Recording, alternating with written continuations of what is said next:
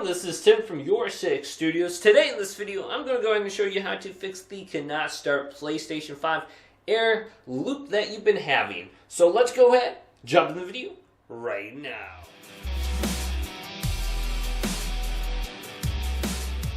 So I have my PlayStation 5 turned on and I do have an image. However, you may have like a black screen or it says cannot start the PlayStation 5 on the screen.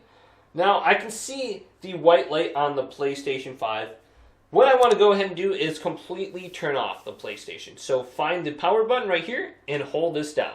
I will hear one beep initially, and then I will hear a second beep. And my PlayStation 5 will go ahead and turn off. Now, we're going to start this into the safe mode, so we will need a USB cable just like this and plug it into the front of the PlayStation. Then plug the other end into the controller, just like you would if you're charging it.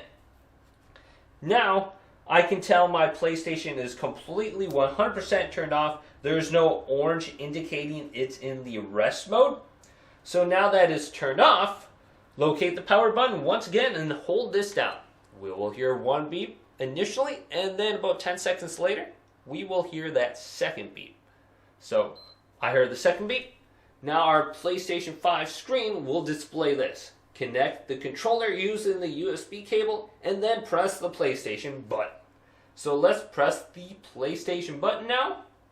Then on the screen it says Update System Software, option number 3. Let's go ahead and select this.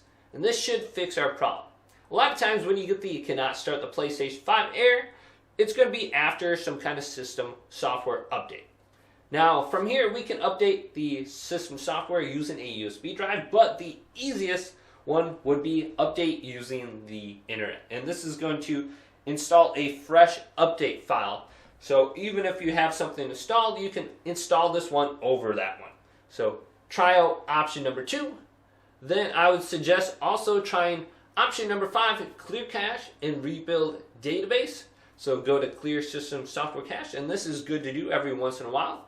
Then also rebuild database if you are having any kind of like SSD kind of issue with your hard drive, your storage, something like that. Go to option number 2. Then also you can go to restore default settings. However, you will want to go ahead and remember your email address and your password to sign back into your PlayStation account if you do this option, as well as option number 6 and 7.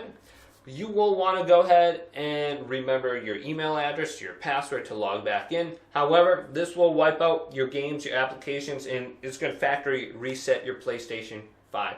So this one right here will also reinstall the system software. So as a last resort, go to option number 6 and 7. Go through those if the rest of them do not work.